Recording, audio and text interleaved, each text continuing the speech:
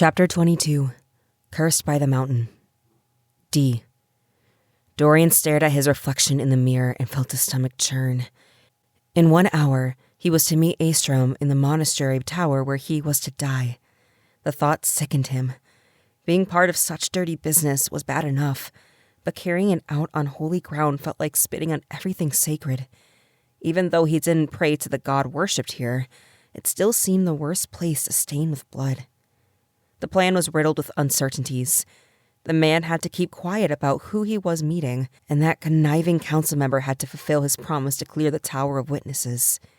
Dorian had everything to lose, while those poisonous schemers sat comfortably in the shadows, sharing none of the risk. He sighed, fastening the dark cloak around his neck. Now or never, he muttered under his breath, and stepped toward the door. The royal quarters were silent at this hour. The wide, polished halls lit only by the faint glow of moonlight spilling through tall, arched windows. His boots clicked against the marble floors as he descended the stairs, the sound swallowed by his thoughts. Outside, the crisp morning air greeted him, sharp and biting against his face. The cobbled streets stretched out before him. They glistened from the frost that clung to the stones in the early morning cold. Dorian pulled his cloak tighter as he walked, his breath puffing out in small white clouds that quickly vanished into the stillness. It was so early that the streets were nearly deserted, save for a few bundled-up workers hauling carts to the marketplace, their faces half hidden beneath scarves. A stray cat darted across the street ahead of him, its shadow flickering under the faint glow of a distant lantern. The quiet amplified every sound, the steady rhythm of his boots and the faint creak of shutters in the wind. As he approached the monastery tower, its imposing silhouette loomed over the surrounding buildings, a dark shadow against the sky. The streets grew narrower here, the buildings older, their windows dark and lifeless. Dorian paused in the shadows, taking in the familiar yet unsettling sight of the tower. He bit his thumbnail, the metallic tang of blood snapping him out of his thoughts. He forced his hand to his side, curling it into his fist. It is time. Some 10 minutes later, Dorian paced the balcony atop the tower. Östlin was late. Dorian's mind churned with a scenario he had rehearsed 1,000 times. He had killed before, in the chaos of war. Nearly 100 men by his own hand. Thousands more had died because of his orders. But war was different. That was duty, survival, and honor. At least, that's what he told himself. This was murder, plain and ugly.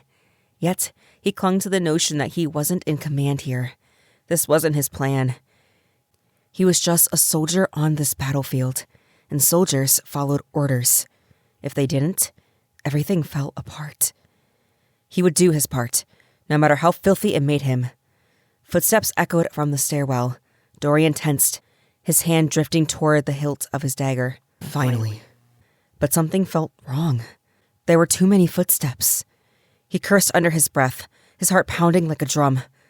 Damn.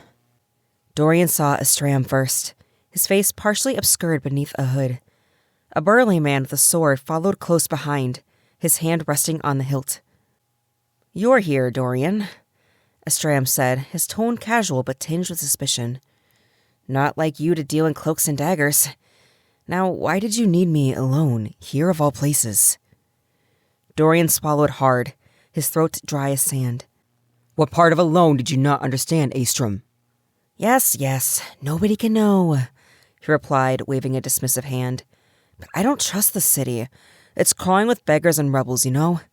He shrugged, as though it was the most reasonable thing in the world. "Relax. He's with the mercenary guild. They swear sacred oaths not to disclose anything from their missions. Very effective. I've used their services before. You can trust him." Dorian's eyes darted to the mercenary, who stood stone still, his unyielding gaze fixed on Dorian since the moment he arrived. "Now," Östlin continued, pacing toward the edge of the tower, his boots clicking against the wood floor. He peered over the ledge and swallowed hard. "I suppose all these damn stairs would have tipped me off, but damn, that's high." Dorian barely heard him. His focus stayed on the mercenary, who hadn't blinked, hadn't shifted. Dorian's pulse quickened. Shit, what should I do? Then he saw it. Movement in the shadows behind the hired muscle. Silent. Swift. A dagger flashed in the dim light, arcing toward the mercenary's throat. It sliced clean and fast, and the man staggered, clutching his neck as blood spilled through his fingers. The only sound he managed was a wet, gurgling gasp. What the hell?